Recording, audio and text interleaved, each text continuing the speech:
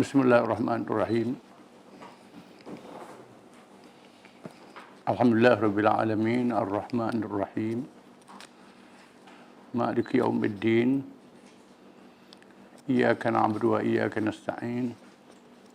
Ihdinas siratal mustaqim. Siratal ladzina an'amta 'alaihim ghairil maghdubi 'alaihim waladdallin.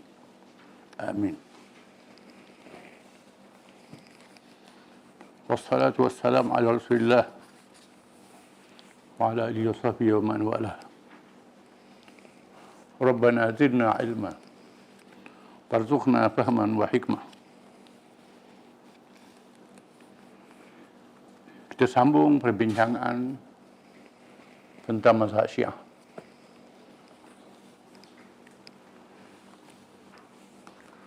Apabila berlakunya tekanan sehingga ada yang berhijrah, tekanan terhadap keluarga Nabi SAW oleh kerajaan Amawiyah dan Abbasiyah, kerana takut kepada pengaruh mereka itu pada asalnya.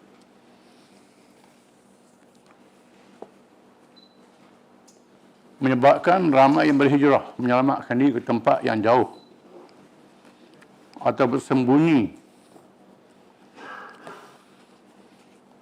sehingga ke Morocco, termasuk di Asia Tenggara ni yang masih ada keturunan Ahli Bait, tak dinafikan, termasuk di Asia Tengah, kerana mereka menyelamatkan diri daripada tekanan.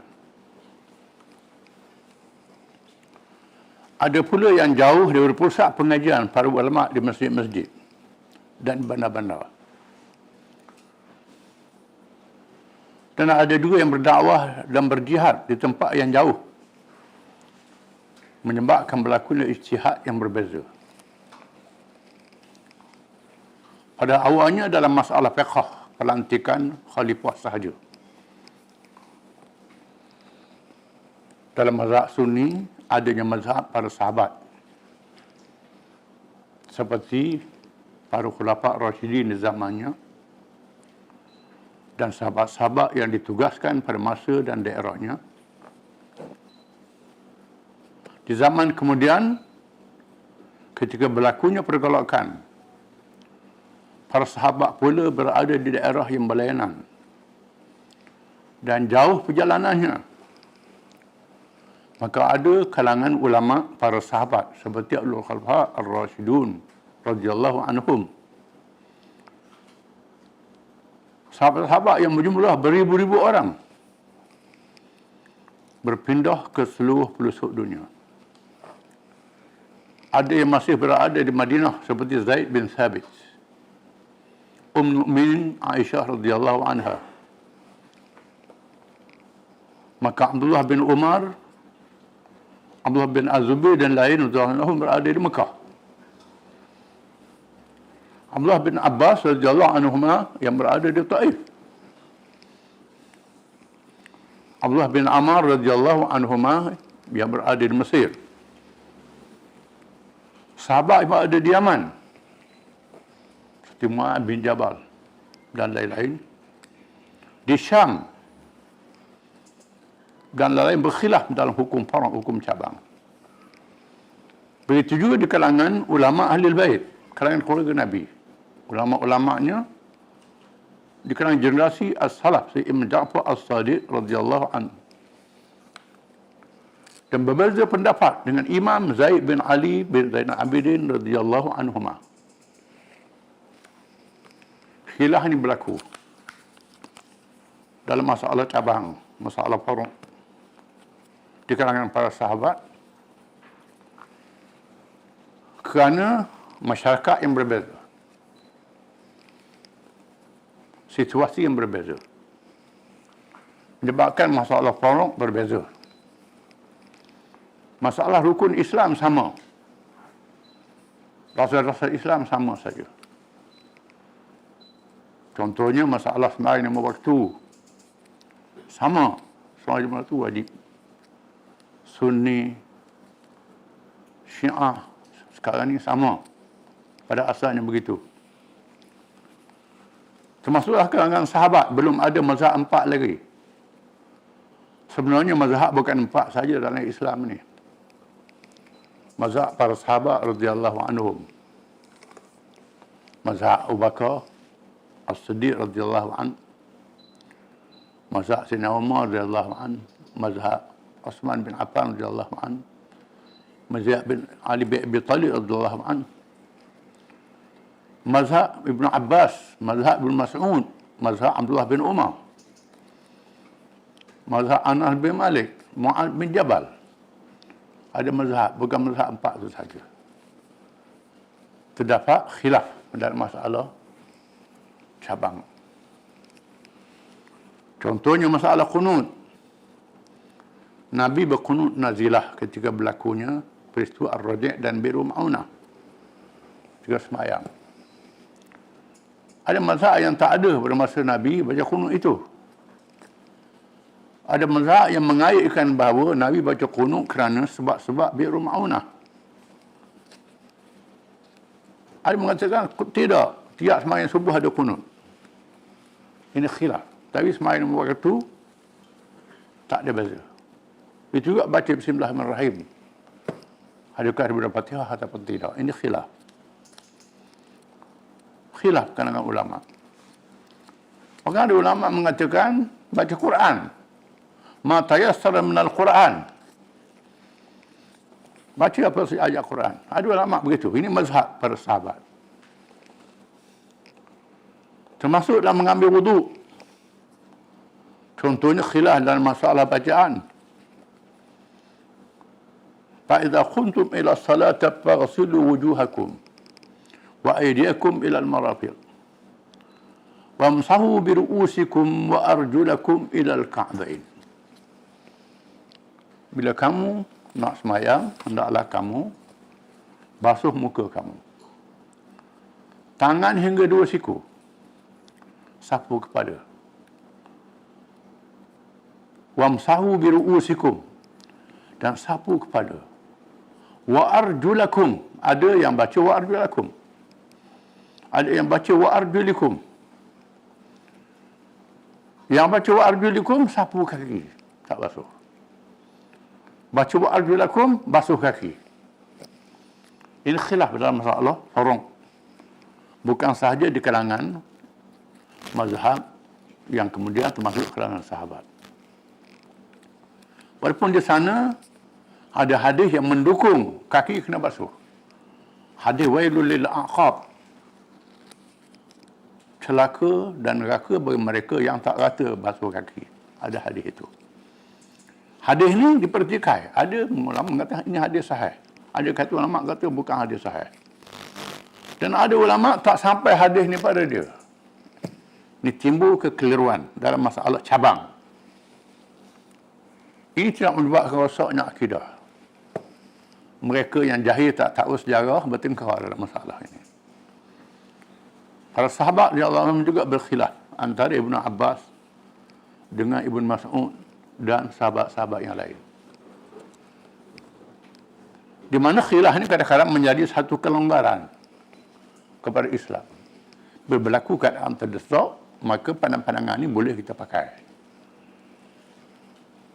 Cuma mazhab ini tidak dibukukan. Masa itu tak ada lagi kertas. Tulis pada berulang, pada batang tamar, pada tulang. Tak ada kertas. Mazhab Pak yang ada ni zaman sudah ada kertas. Sudah mengarang kitab-kitab. Di sana ada mazhab sahabat, mazhab tabi'in. Tabi'it tabi'in. Tabi'it tabi'it tabi'it tabi'in. Ulama sudah berkembang ke seluruh pelosok dunia. Bukan sahaja di kalangan Sunni, cuma di kalangan Syiah. Berpecah pada Ithna Asyariyah kepada Zaidiyah dan berpecah lagi berpuluh-puluh mazhab. Ibadi begitu juga. Khawarij berpecah berpuluh mazhab. Banyak mazhab dia.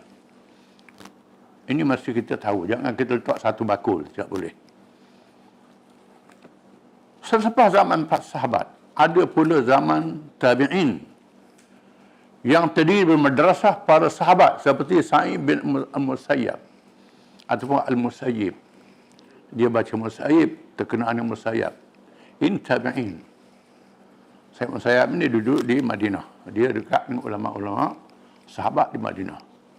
Al-Hasan Al-Basri duduk di Iraq. Ada mazhab dia. Iraq dengan Madinah berapa ribu kilometer. Masa itu bukan ada telefon. Bukan ada handphone. Bukan ada internet. Sa'id bin Jubair, ini ulama tabi'in. Urwah bin Az-Zubair, ini anak Zubair bin Awam. Ulama juga. Anak saya orang Aisyah. Banyak riwayat Aisyah, ditimul Urwah. Ini anak saudara dia, anak menakan dia. Qatadah Ibn Sirin. Lain-lain. Ibn Sirin ada mazhab dia. Cuma Ibn Sirin ini lebih masyhur dalam ta'bir mimpi. Masalah fiqh tak berapa masyhur. Ta'bir mimpi memang handal Ibn Sirin ini. Masalah fiqh qaul dia dhaif. Di antara qaul dia dipakai oleh Syiah. Ni qaul dia. Antaranya ialah dia boleh jamak sembahyang masa sibuk. Duduk di rumah masa mukim dia jamak sembahyang. Ibn Sirin kata. Kerana Nabi pernah jamak dan khasah sembahyang dengan tidak ada hujan, tidak ada apa-apa sebab Nabi jamak dan khasah sembahyang. Ada ulama mengatakan pada masa berlakunya perang Khandaq. Ada keadaan darurat. Tapi Ibn Sirin berpendapat begitu. Dan pendapat Ibn Sirin disebut oleh Imam Nawawi dalam kitab Majmu' Syarah Mahzab. Rajak kitab Majmu' Syarah Mahzab, kitab Mazhab Syafi'i, ada pandangan Ibn Sirin. Dan orang Syiah pakai mazhab ini. Syiah ambil ini. Ini bukan masalah, kerana dia menganggap itu pandangan dia.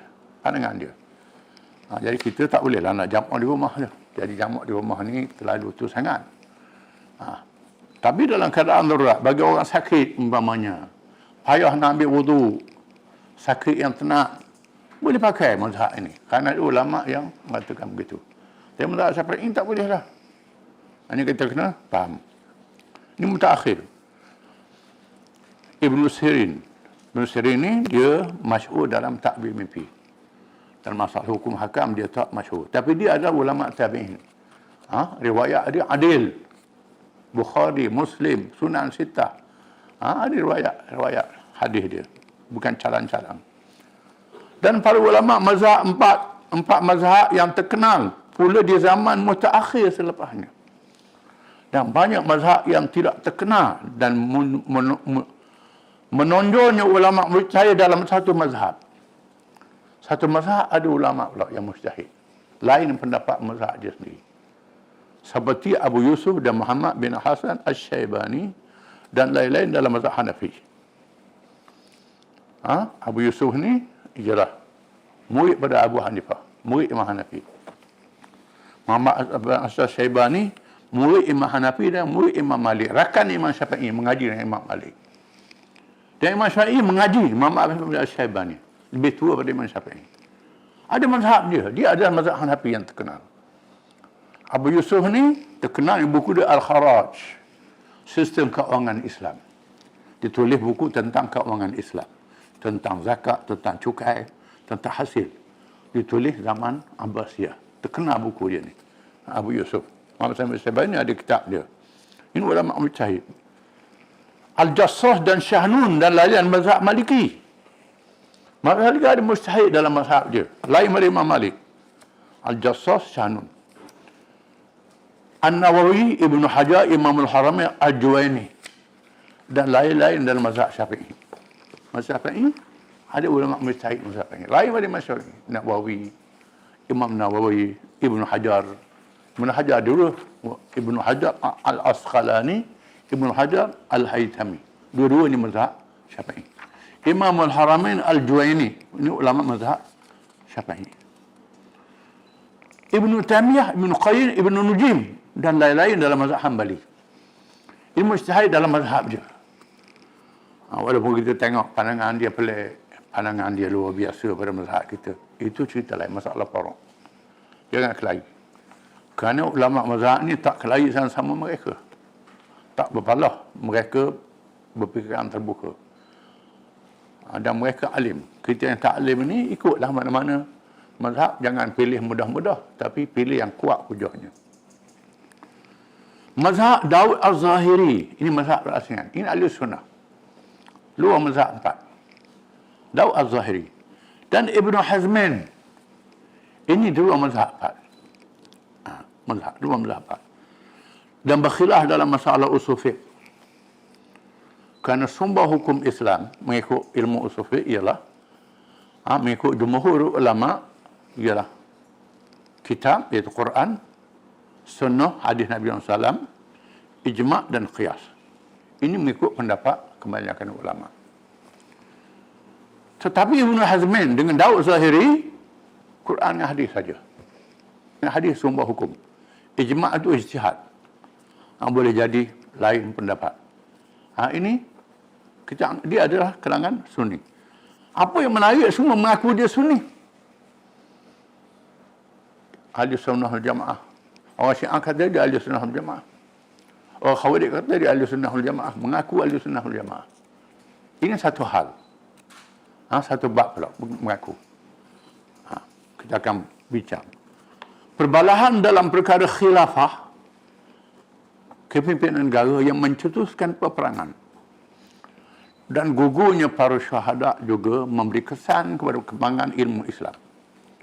Ada yang terlalu marah dan ta'asub sehingga tidak menerima riwayat dan ilmu pihak yang menentangnya. Sampai mereka mencipta hadis-hadis maudhu', hadis palsu. Dan fatwa yang salah dalam perkara akidah, syariah dan akhlak, ini sudah sesat. Ada. Sehingga mempengaruhi ilmunya. Namun ada kalangan para ulama yang berusaha menafikan riwayat yang sahih, menafikan dengan ada riwayat yang sahih, dhaif dan bohong sehingga ada yang menjadi sesat, salah dan sesat. Salah dan sesat. Ada. Tak dinafikan. Tapi ini masalah yang kita kena bincang. Ahli ilmu saja yang boleh bincang. Dia bermula dengan masalah pertelingkahan selepas wafatnya Sayyidina Osman, gugur syahid dalam fitnah berlakunya peperangan antara Sayyidina Ali dan Muawiyah yang kita baca minggu lepas. Ali sebagai ketua negara yang sah, yang dipilih menjadi ketua negara. Muawiyah, keluarga Sayyidina Osman, menuntut dakwah Sayyidina Osman kerana dia dibunuh dengan zalim. Ali kata tak boleh. Kalau dia bertindak akan jadi huru-hara negara. Kerana yang terlibat dengan pembunuhan ni orang yang berpengaruh, ketua-ketua kabilah. Ini jadi khawarij pada akhirnya. Memang betul, Sayyidina Ali betul, Ishaq itu betul. Jadi khawarij. Kalau tak ditangani akan jadi huru-hara dunia Islam. Jangan kita menghadapi musuh yang mengepung dunia Islam pada masa itu. Sayyidina Ali menangguhkan hukuman. Muawiyah nak hukum juga. Kerana Sayyidina Osman dizalimi, maka berlaku. Tak dinafikan bahawa dalam bab ini Sayyidina Ali betul. Kerana Ammar bin Yasir berperang pada Sayyidina Ali. Muawiyah salah. Tapi dia tetap sahabat Nabi. Sahabat ada adik ipar Nabi SAW. Habibah, kakak dia berkahwin dengan Nabi SAW. Yang hukum dia keluar daripada Islam. Salah-salah. Ini kena. Tapi di sana, bila berlaku perbalahan ini menyebabkan hukum yang diberi oleh ulama yang menyokong tak diterima pihak ini. Hukum yang pihak ini bagi, yang ini ulama ini tak terima. Hadis ni tolak. Ini timbul masalah nikah muta'ah sebagai contoh. Nikah muta'ah di sisi ulama-ulama ahli sunnah wal jamaah dan ulama ibadhi khawarij dan ulama zaidiyah syiah mengatakan haram nikah muta'ah. Tetapi mazhab Isna Asyariyah menghalalkan nikah muta'ah. Nikah muta'ah ni ialah nikah kontrak. Dalam tempoh sekian-sekian masa, batal nikah itu. Pada awal Islam ada nikah muta'ah ni, tapi dinasahkan oleh Nabi SAW. Hadis yang menasahkan ini, Ismail Syariah kata ini Sayyidina Umar yang pandai-pandai, bukan hadis Nabi. Tapi belah ni kata ini hadis Nabi. Zaidiyah Syiah juga mengatakan ini haram nikah muta'ah. Begitu juga dalam masalah nikah misyar. Misyar nikah tanpa beri nafkah, tanpa balik ke rumah. Lepas nikah tinggal. Ini berlaku. Lepas berkahwin tinggal. Tak ada hubungan keluarga Mudah-mudah begitu saja. Ada ulama mengharamkan, ada ulama kata halal, ada ulama kata makruh. Nikah muhallil. Muhallil ni orang Melayu kata nikah Cina buta.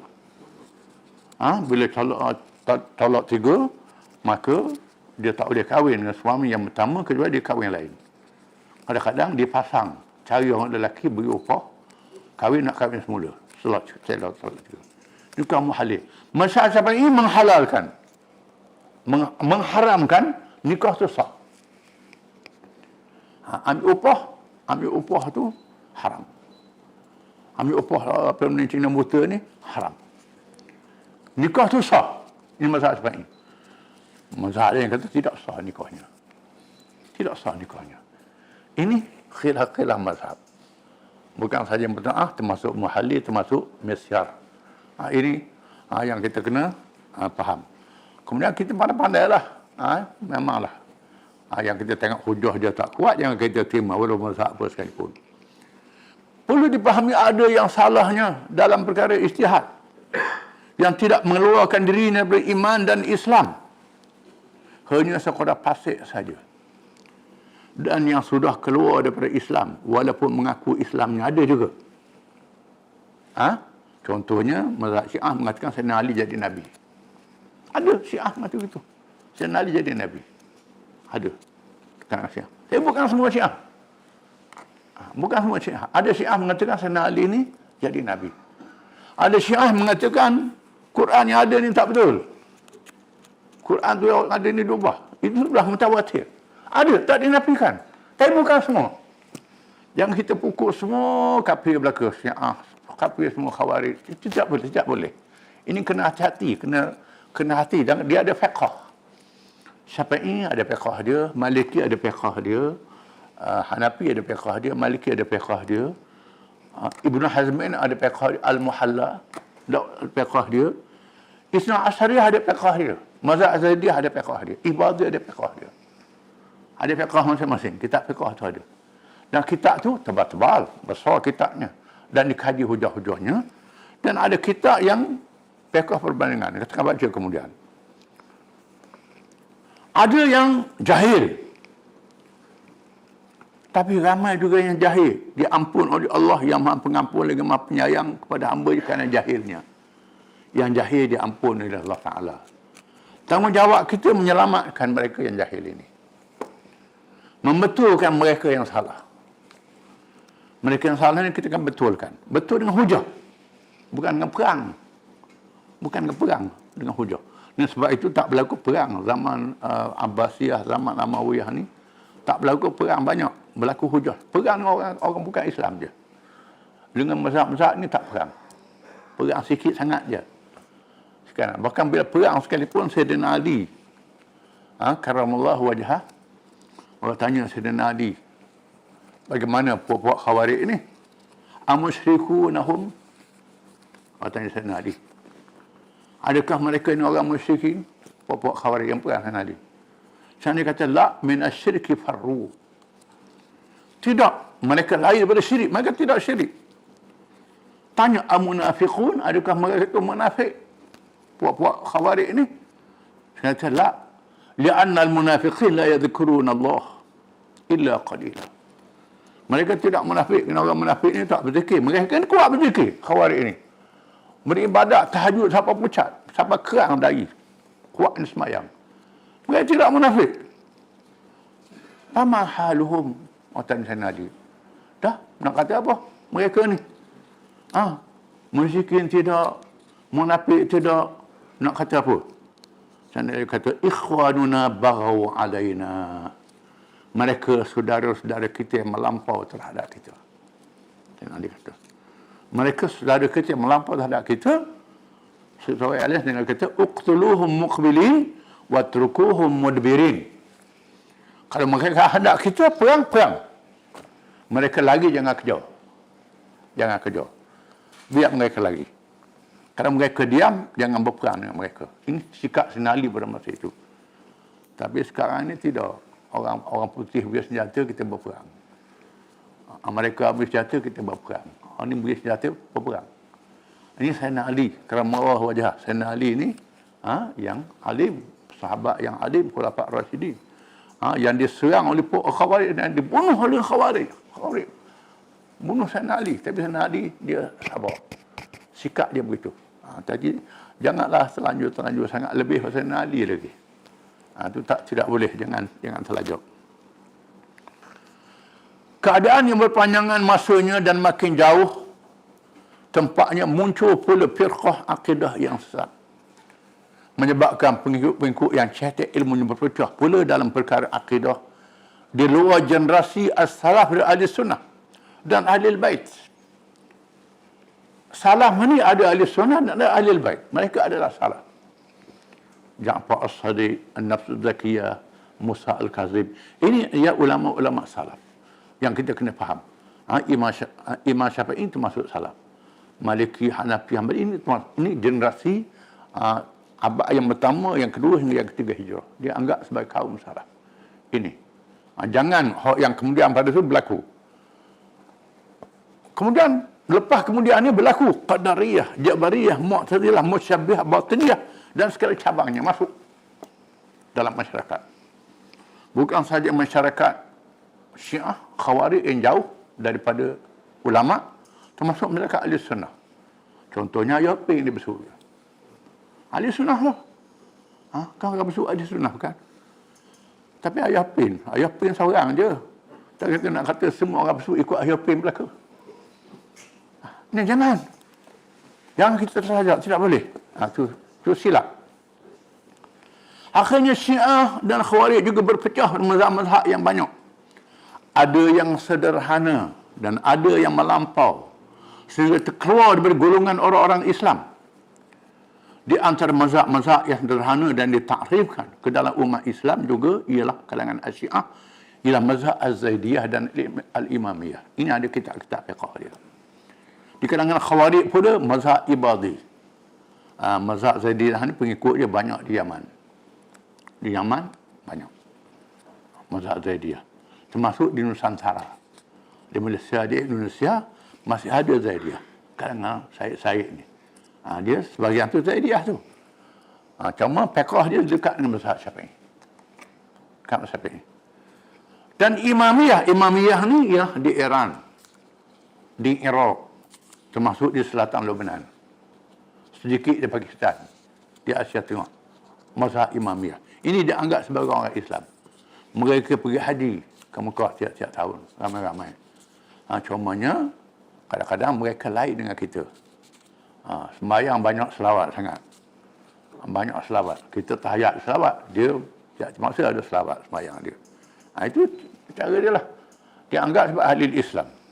Di kalangan Khawarij pula mazhab Ibadi. Ibadi ni di Oman. Di Oman, di Zanzibar. Zanzibar pula. Zanzibar ni dekat dengan Tanzania. Zanzibar. Termasuklah di Morocco ada. Di Algeria masih ada pengikut Ibadi. Kalangan Amazigh Barbar. Mazhab Ibadi. Dan ada fiqh dia sendiri. Ada fiqh sendiri.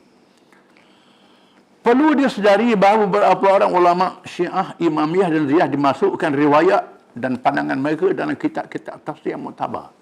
Di sisi Ahlussunnah wal Jamaah seperti tafsir At-Tabari, Al-Qurtubi, Al-Alusi, Ibnu Katsir dan lain-lain. Memasukkan pandangan ulama-ulama yang muktabar daripada mazhab Imamiyah dan Zaidiyah. Ini kitab tafsir. Juga termasuk dalam kalangan mereka riwayatkan hadis-hadis oleh muhaddisin, ulama hadis ahli sunnah. Dalam Sunan Sittah. Ada ulama-ulama mereka. Ini Syiah dalam Sunan Sittah.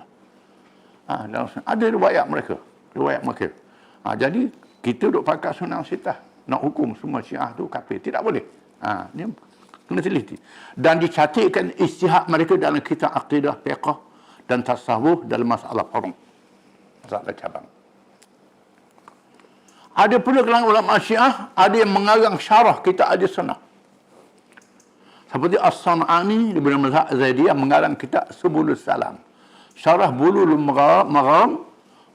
Maram yang dikarang oleh Ibnu Hajar Al-Asqalani ibn ulama Ahli Sunnah. Kitab hadis Bulughul Maram kalangan Ibnu Hajar Al-Asqalani Ahli Sunnah. Syarah dia dikarang oleh As-San'ani, mazhab Zaidiyah. Orang Zaidiyah tolong syarah kita ahli sunnah. Dan kita ni siapa bertumbuk macam mana ni?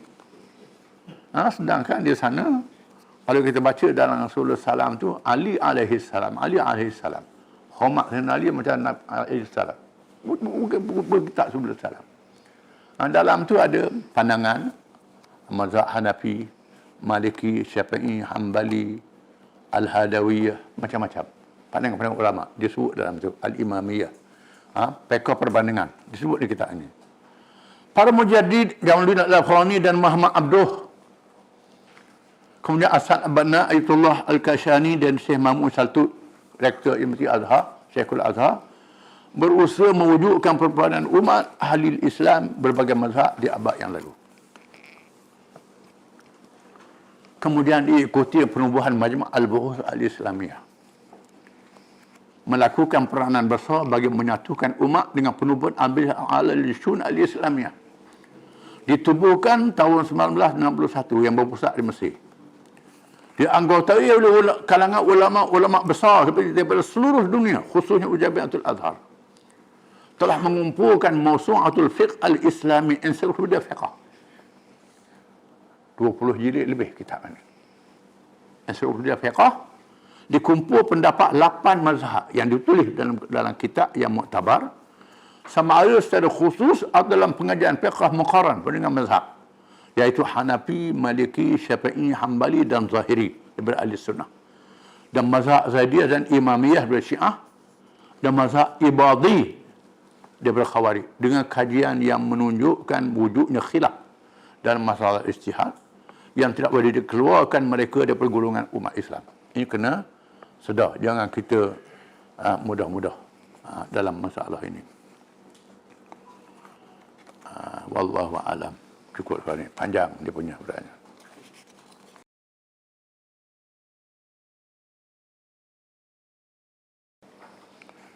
Bismillahirrahmanirrahim.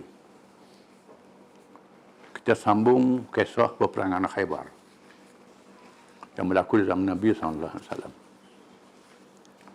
Khaybar ni satu daerah di Arab Saudi, terletak di utara Madinah. Lebih kurang dalam 100 km lebih. Bandar yang berkota, berlaku tempatan orang Yahudi di situ selepas mereka dihalau dari Madinah, dan termasuk dalam peta Israel Agung. Rancangan Israel nak takluk negara Arab ini termasuk Khaybar. Daripada Nil sehingga Furat. Nil di Mesir, Furat, Euphrates di Iraq. Itu dianggap negara dia. Daripada Laut Mediterranean sehingga Yambung. Yambung ni di utara Madinah. Di selatan Madinah. Madinah termasuk wilayah yang Yahudi nak ambil itu. Termasuk Khaybar. Dia anggap negara dia. Itu tengah kita pandangan. Sebab ada ni kerajaan nak intirah negara Israel ni. Padahal dia tak baca perkara macam ni. Bukan dia nak buat negara Israel saja, dia nak besarkan negara itu sekurang-kurangnya, termasuk Madinah, Yambung, termasuk Khaybar ini. Dia masih ingat Khaybar ni ditawan oleh Islam. Khaybar mempunyai pertahanan yang teguh, mengandungi 2 bahagian. Salah satu daripadanya mempunyai 5 kota, iaitu kota Naim, kota As-Sa'bu bin Mu'ad, kota Az-Zubair, kota Ubay dan kota An-Nizar. Yang satu lagi mempunyai 3 kota, Al-Qamus, kota Al-Watih dan kota As-Salalim. Nama kota dia. Di samping itu terdapat kubu kecil. Kekuatan mereka yang utama terletak pada bahagian yang pertama. Ini benteng pertahanan. Quran pun sebut, orang Yahudi ni tak berani berperang malaikat di balik kota. Mereka sangat penakut sebenarnya. Mada tentera Islam memulakan serangan di kota Naim, iaitu kota yang paling kuat dan paling penting. Kota ini dikepalai oleh seorang pahlawan Yahudi bernama Murahib yang boleh menandingi 1,000 orang. Oh, hebat. Pendekar Yahudi.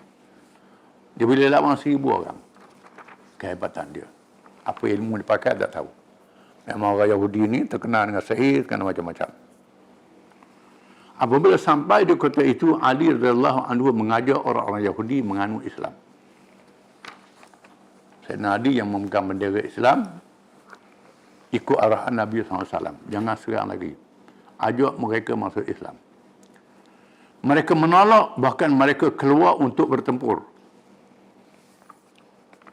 Setelah berada di medan, tiba-tiba ketua mereka yang bernama Murahib itu mencabar sesiapa yang berani dengan melawannya. Dengan berkata, akulah pahlawan yang terkenal di Khaybar bernama Murahib.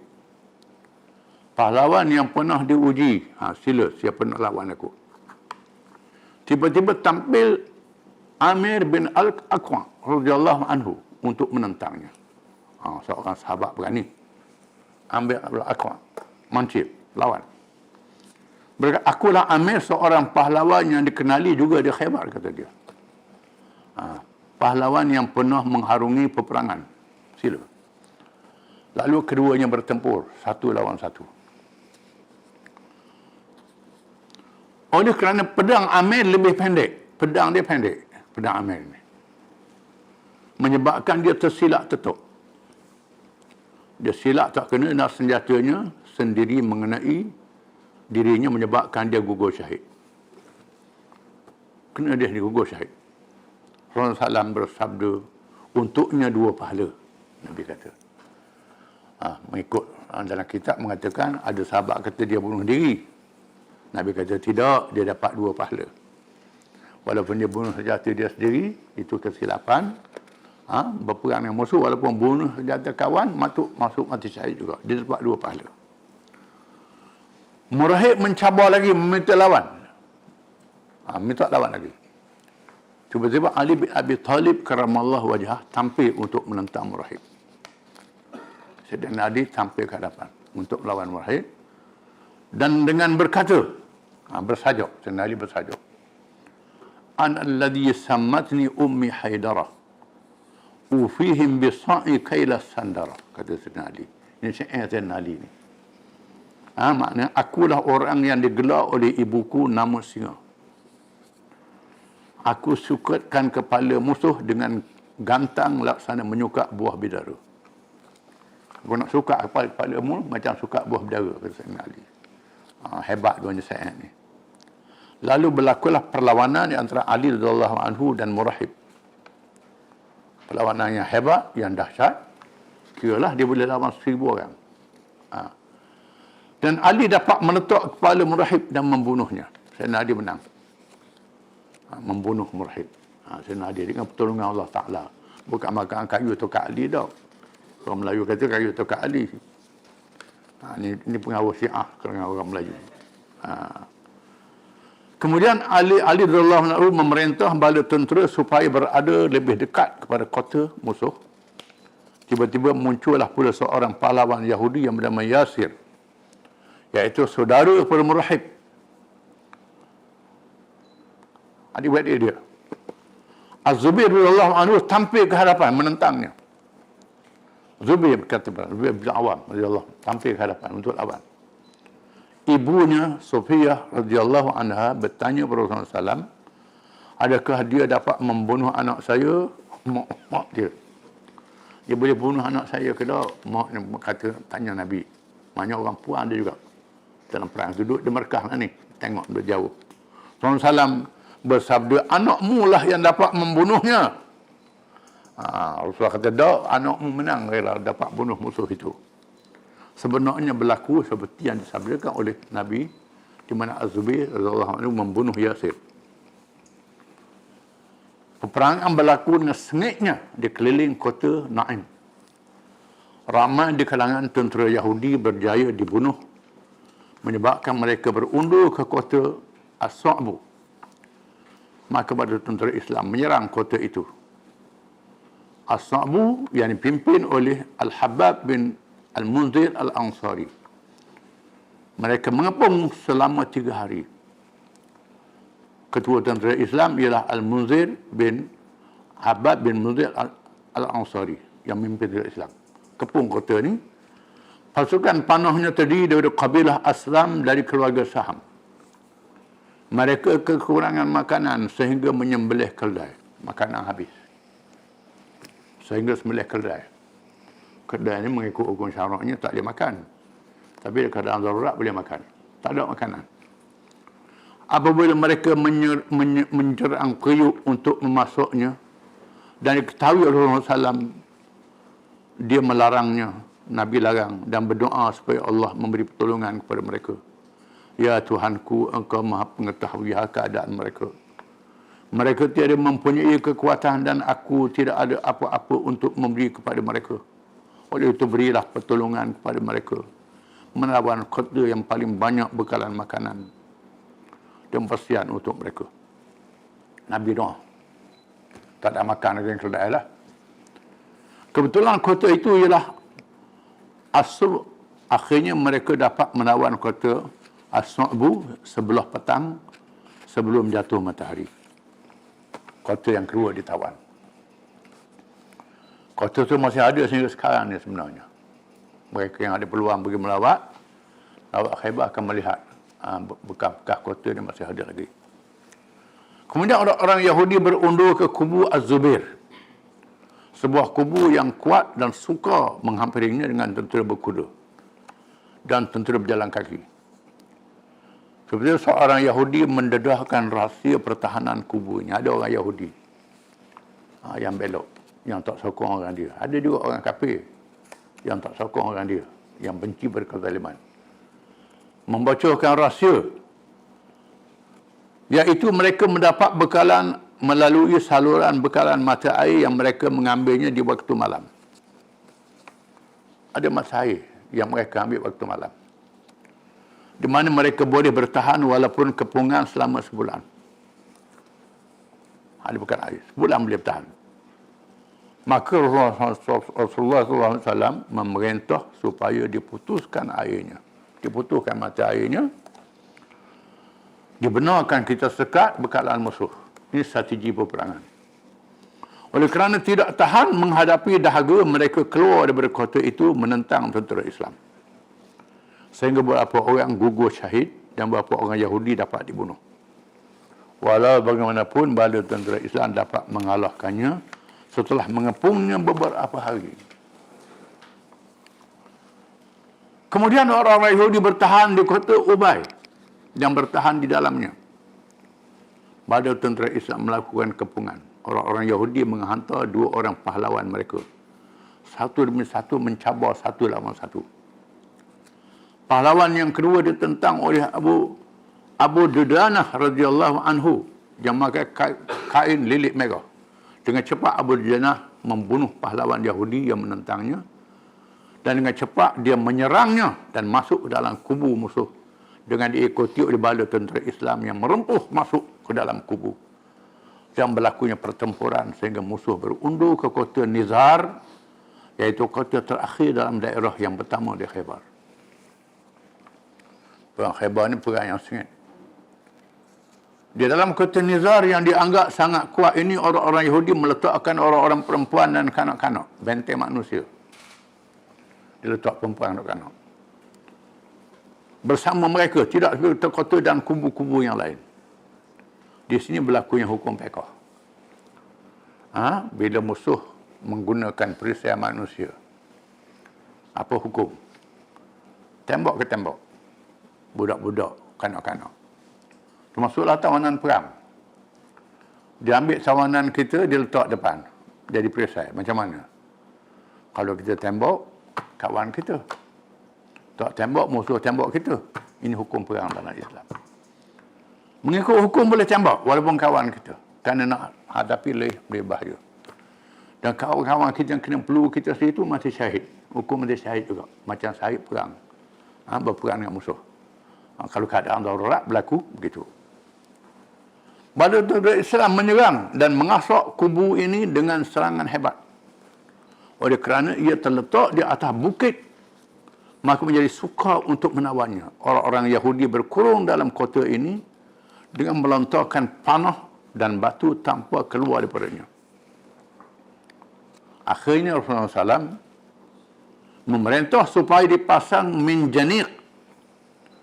Minjanik ialah sejenis senjata berat yang melontar batu besar ke arah kota musuh. Bidah. Iaitulah digunakan kayu pembidas, diletakkan batu besar di atas ujungnya dan dilepas, batu besar masuk dalam kota. Ini senjata zaman dulu. Macam meriam besar lah. Dengan menjanik, kota Nizar dapat ditembusi dan tentera Islam terus masuk ke dalam kota dan bertempur dengan sengit menentang musuh. Akhirnya mereka lari bertempiaran dengan meninggalkan perempuan dan kanak-kanak menjadi tawanan. Maka daerah bahagian pertama berjaya ditawan, di mana orang-orang Yahudi terpaksa meninggalkan kubu-kubu kecil bahagian itu, bahagian ini untuk bertahan di bahagian kedua. Kubu kecil tinggal, pergi bahagian lain pula. Rasulullah SAW mengarahkan supaya serangan dilancarkan ke bahagian kedua yang diperintah oleh pemimpin Yahudi Bani Nadir, iaitu Abu Al-Haqiq, yang dibantu oleh bala tentera Yahudi yang berundur daripada bahagian yang pertama. Bahagian ini mempunyai 3 kota, iaitu Al-Qamus, Al-Watih dan As-Sulalim. Terdapat kekhilapan di kalangan ulama sirah. Adakah bahagian ini ditawan dengan perang atau menyerah kalah tanpa tentangan? Ulama sirah Nabawiyah khilaf dalam menakarkan kisah kubu terakhir ini. Ibnu Ishaq rahimahullah, di mana riwayat yang dikenal dengan sirah Ibnu Hisham, menegaskan bahawa pertempuran berlaku di kota Al-Wasiyah. Mengikut catatan Ibnu Ishaq, sirah Ibnu Hisham, berlaku dengan perang. Tetapi Al-Waqidi menyatakan bahawa kota-kota tersebut menyerah kalah dengan perundingan, dan ada juga ulama yang mengumpulkan kedua riwayat ini dan menyatakan bahawa pertempuran berlaku di peringkat awal kota Al-Qamus dan akhirnya musuh menyerah untuk berunding. Memang perang berlaku dan akhirnya berunding dan menyerah. Dan 2 kota lagi menyerah dengan perundingan tanpa pertempuran. Walau bagaimanapun, kepungan berlaku selama 15 hari. 15 hari berperang. Bukan pendek. Dan orang-orang Yahudi terus bersembunyi di dalam kota sehingga melihat Rasulullah SAW bersedia untuk memecahkan kota dengan serangan menjanik senjata berat. Mereka pun keluar untuk berunding setelah merasakan tidak ada harapan lagi untuk bertahan. Di mana Ibn Abil Haqiq menghantar utusannya menemui Rasulullah SAW untuk berunding. Minggu depan ini kita baca bagaimana perundingan itu berlaku. Wallahu a'lam.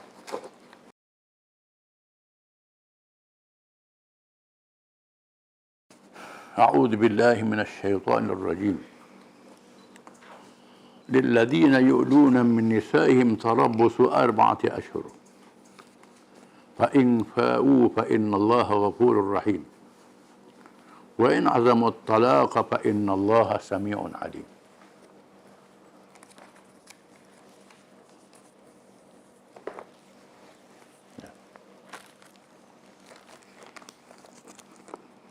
Yang bermaksud kepada orang-orang yang bersumpah tidak akan mencampuri isteri mereka, diberikan tempoh 4 bulan.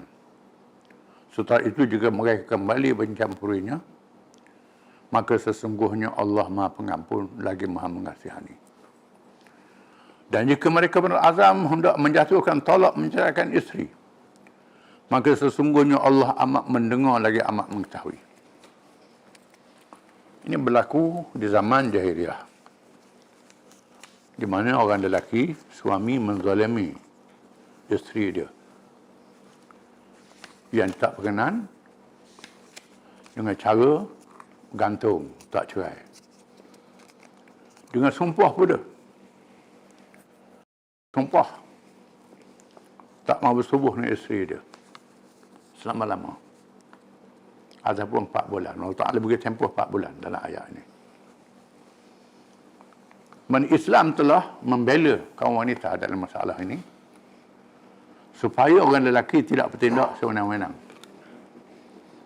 termasuk dengan bersumpah. Telah kita baca minggu yang lalu tentang ayat yang berkait dengan sumpah. Kalau kita bersumpah sekalipun, bersumpah nak buat suatu perkara yang baik, tak mau buat, lebih baik kita langgar sumpah itu dan bayar kafarah, itu lebih baik. Jangan kita gunakan sumpah untuk menghalang kita buat kebajikan.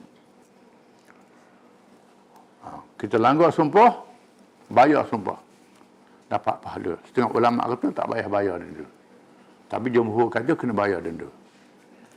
Iaitulah memberi makan 10 orang miskin ataupun pakaian 10 orang miskin, mengikut yang sesuai dengannya. Ataupun pilihan yang kedua, membeliharakan hamba. Yang ketiga, puasa selama 3 hari. Di mana kafarah dia pilihan. Boleh buat pilihan. Sama ada beri makan orang miskin 10 orang, beri pakaian kepada orang miskin 10 orang, ataupun membeliharakan hamba, ataupun puasa 3 hari. Langgar sumpah itu. Begitulah mereka melakukan irak. Yang bersumpah tidak akan bersubuh dengan isteri dia. Tujuannya nak menyeksa perempuan itu. Tak mau balik rumah. Dengan sumpah ataupun sebagainya. Sumpahlah. Kuat dengan sumpah. Ini cara jahiliah. Allah Ta'ala kata, Allah beri tempoh selama 4 bulan. Kalau mereka dapat menunaikan, yakni bayar denda, Allah Ta'ala maha pengampun dan penyayang. Di mana kerja ini berdosa sebenarnya. Berdosa, menzalimi isteri, berdosa. Bayar sumpah itu, bayar denda dan baik. Ataupun qadi membuat keputusan, ceraikan. Di mana hakim boleh buat keputusan, ceraikan isteri itu. Jangan biarkan dia begitu gantung begitu. Wa in azamat talaqa fa innallaha samiun alim. Maka jika mereka itu berazam untuk mentalakkan isterinya, sebenarnya dia nak cerai isteri dia, tapi dia buat begitu, ketahuilah Allah Ta'ala maha mendengar lagi maha mengetahui. Allah Ta'ala tahu kamu tak boleh sembunyi apa yang ada dalam hati kamu. Ini satu amaran yang keras daripada Allah Ta'ala terhadap mereka melakukan ilak untuk menggantung isteri dia dengan kerja yang begitu rupa. Menunjukkan Quran ni memberi pembelaan yang adil terhadap sesama manusia tanpa mengira lelaki dan perempuan. Ini disebut dengan nas Al-Quran Al-Karim dan dibahas dengan panjang oleh ulama dalam kitab-kitab fiqh. Wallahu a'lam.